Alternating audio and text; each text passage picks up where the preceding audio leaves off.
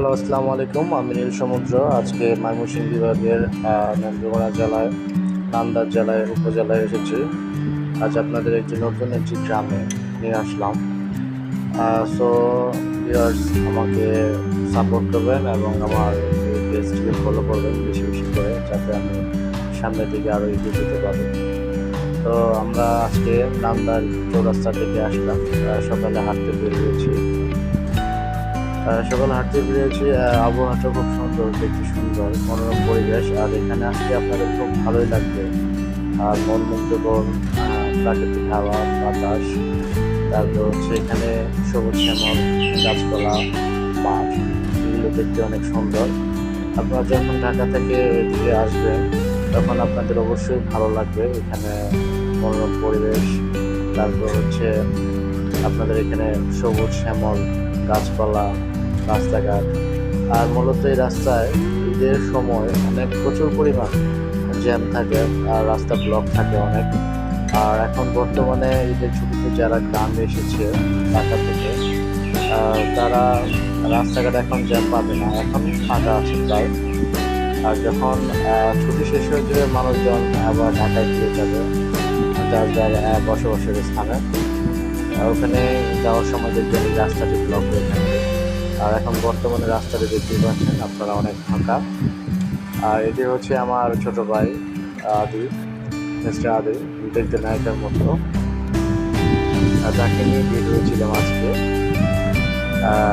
সকালে হাঁটতে বেরিয়েছিলাম। আর হাঁটার পাশাপাশি চিন্তা করলাম, দেখলাম যে আমি একটি ভিডিও তৈরি করি, যেটা দেখলে অনেক ভালো লাগবে, আপনাদেরকে দেখাতে পারবে এই গ্রামটি। আর এটি হচ্ছে আপনার নান্দাইল উপজেলা। আর গ্রামের নাম হচ্ছে ঘোষপালা। এখানে আসলে আপনাদের অবশ্যই অনেক ভালো লাগবে।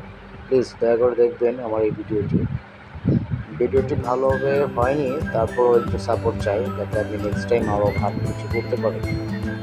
সো তাহলে দেখতে থাকুন আমাদের এই গ্রামের এই পরিবেশ, মনোরম পরিবেশ। অনেক সুন্দর একটি গ্রাম। আর এটা হচ্ছে একটা দ্বীপ। এখানে আপনারা আসলে মাঝে মধ্যে বসতে পারবেন, সকালে শীতল হাওয়া বাতাস খেতে পারবেন।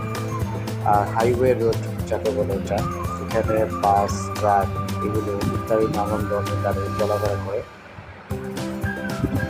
এখন রাস্তাটি ফাঁকা। আর এক সময় এখানে অনেক জ্যাম থাকে, এতটা জ্যাম পরিমাণ থাকে আপনারা হাঁটা চলার মতো অবস্থা থাকে না। আর কিছুদিন পরে অবশ্যই দেখতে পাবেন যে এখানে রাস্তার কী অবস্থা।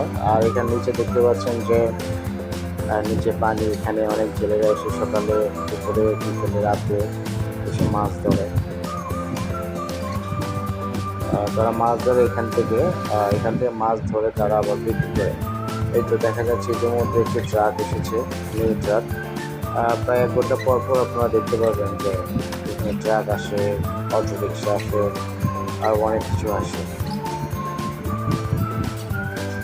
এই যে অনেকে ঘুরতে গিয়েছিল, তারা আবার ফিরে আসছে। তো এখানে দেখার মতো অনেক কিছুই আছে, যদি আপনারা আসেন। আর না আসলে কিছুই না।